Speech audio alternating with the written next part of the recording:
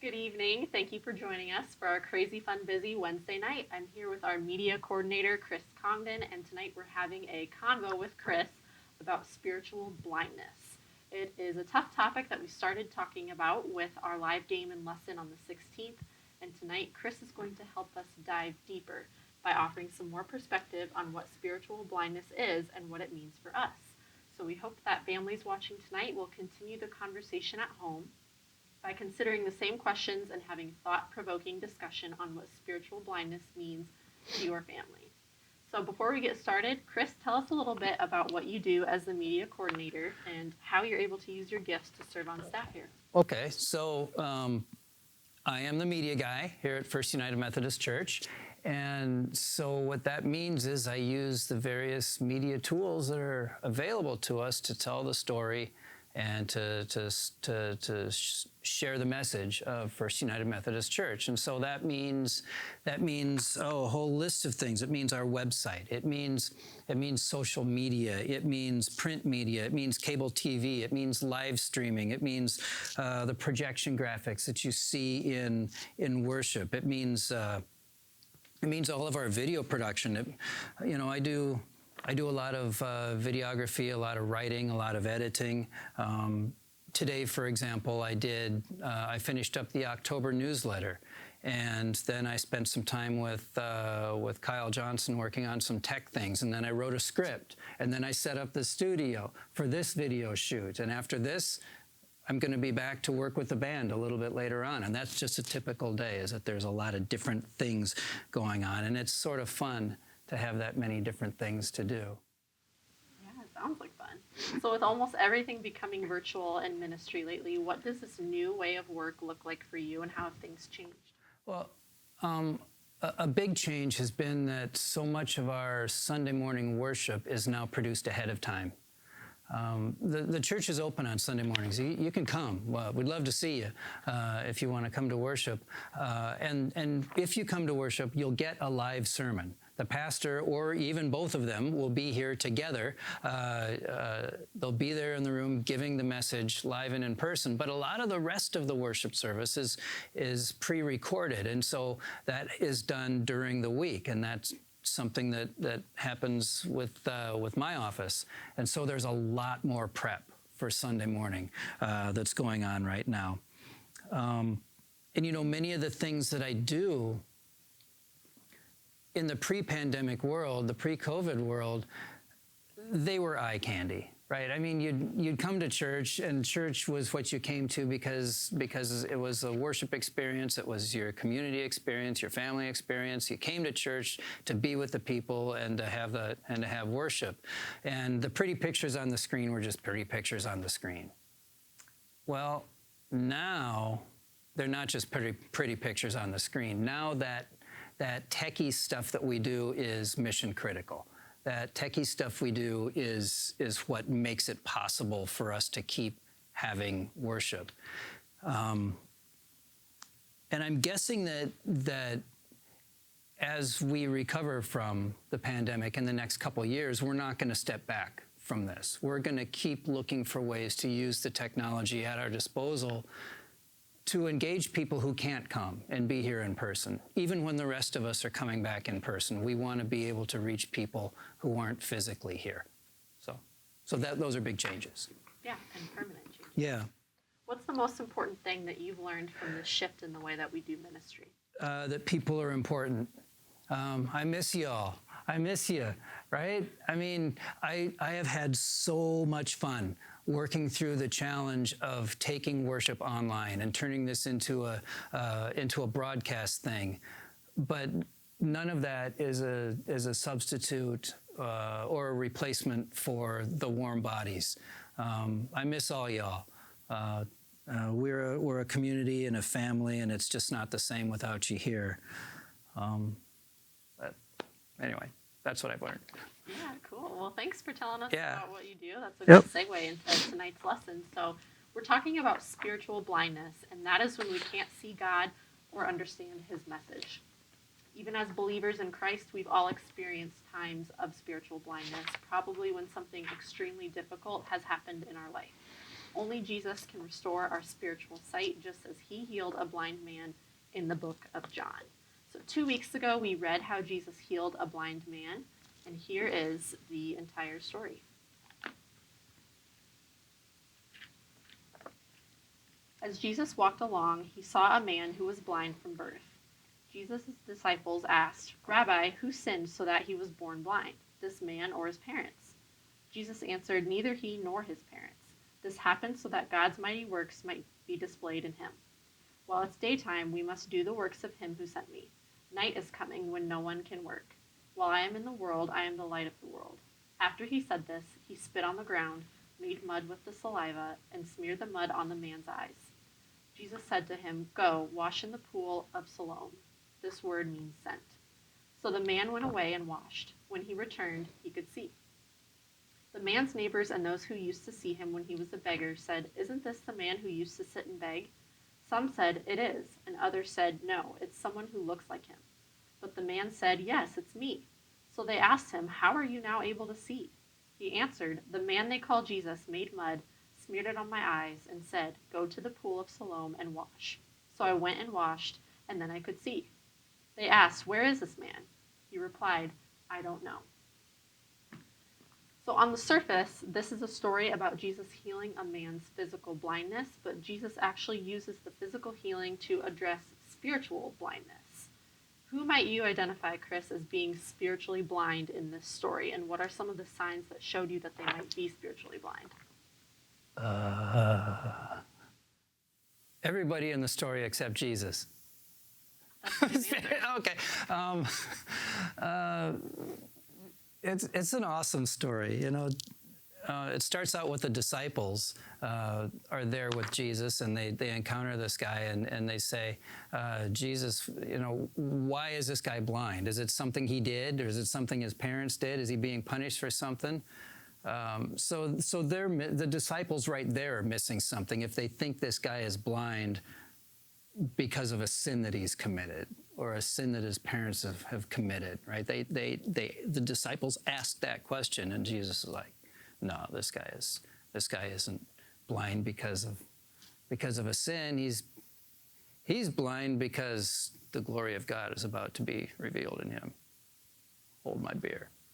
Scoops up the dust and spits in it and puts it on. It's like he does a miraculous thing.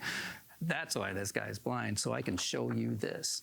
I don't know, the neighbors, right when you stopped reading, the neighbors that were familiar with the guy, the blind guy. He needs a name so we can talk about him. I don't know. Dave. They were the neighbors who had always known Dave,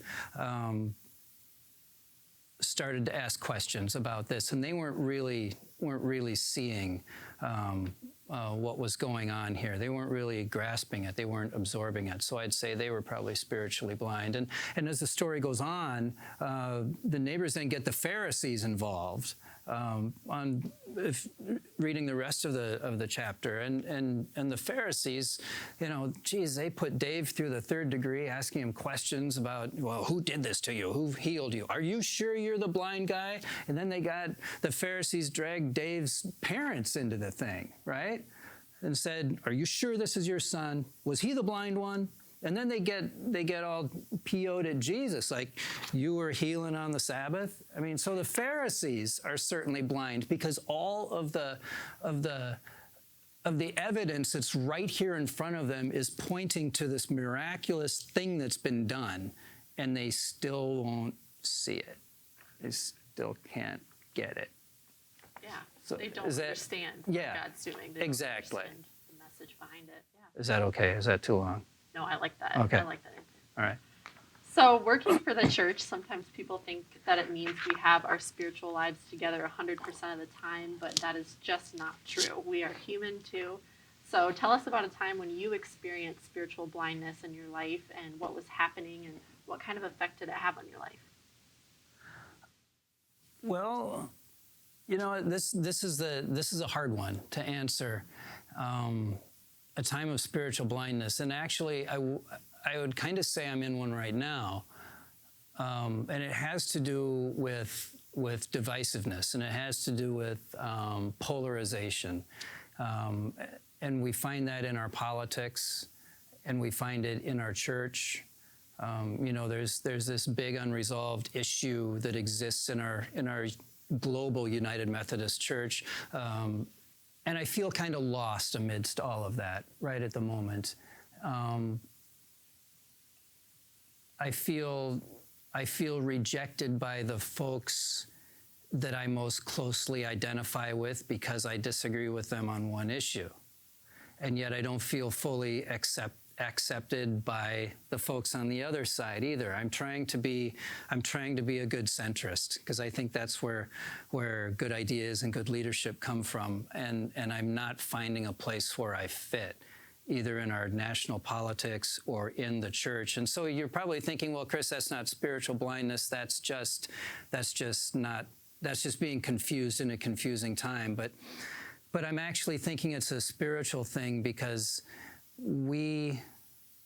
I think I experienced Christ. I experienced the love of God through contact with other people.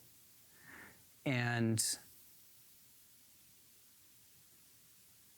as I think about my interactions with folks within the global United Methodist Church, not our church, the global United Methodist. As I think about my interactions and the things that I hear and read from the leadership on the conservative side, the traditionalist side, and then on the progressive side, I'm not feeling Jesus in that. And these are supposed to be my leadership. And so that's why I say this is spiritual for me. Maybe that's a stretch to call it spiritual, but that's kind of where I am right now. I'm not sure where I fit in all of this. Yeah, I can see how that would be spiritual blindness because it's hard to sense God and Jesus among division and polarization, like you said. So I see that. So in times like this, what helps you to be able to see again? I think we navigate this kind of a situation. I think I'll navigate this situation. You all have your own answers. The same way a blind person would learn how to navigate their neighborhood.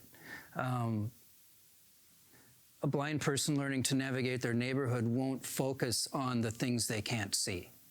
Right? They'll focus on what they can.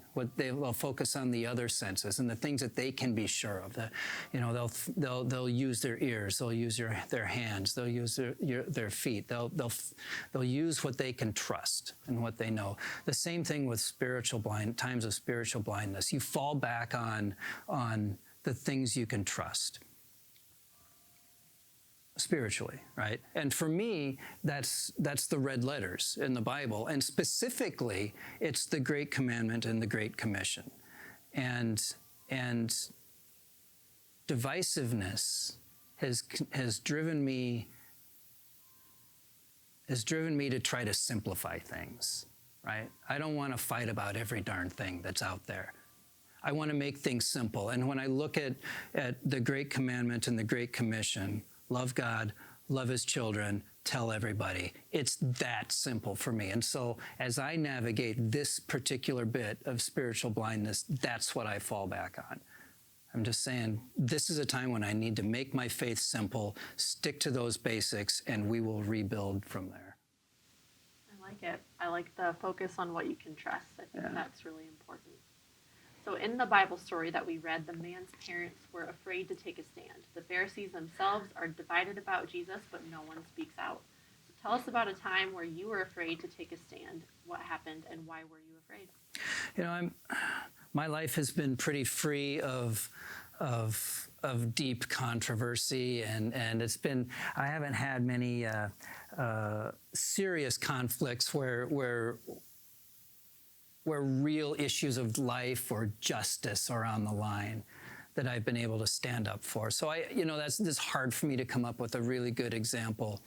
But what I will say is that I like to think about issues. I like to think about things that are going on, things that other people are talking about. And I like to try to decide where I stand on them. And I take my stand through writing.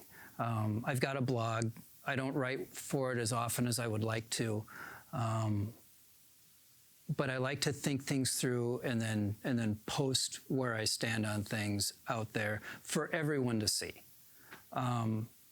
But that's not without some stress. That's scary because I've addressed things like racism, like the border wall on the wall on the Mexican border. I've talked about LGBTQ rights within the church, and I know that there are people who read these things, people who've been very important to me, to my spiritual development, who will read that and disagree with it.